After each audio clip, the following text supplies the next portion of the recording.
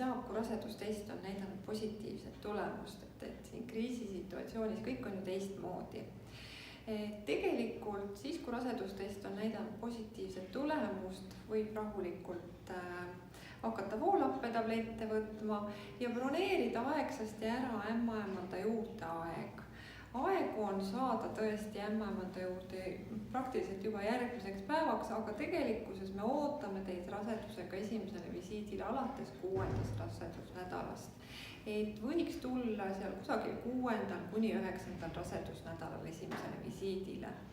Taastatud on ka Oscar test ehk siis kromosoomi haiguste sõeluuring esimeses trimestris.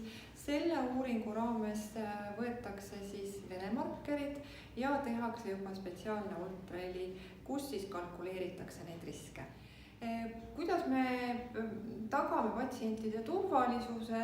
Kõik patsiendid, kes saabuvad meile vastuvõtule, peavad kandma vastuvõtule tulles maski, mille me anname, ja ka kõik meie töötajad kannavad maski ning täiendavaid meetmeid siis rakendatakse just nende pindade ja kõige desinfitseerimiseks, et oleks meil kõigil turvaline.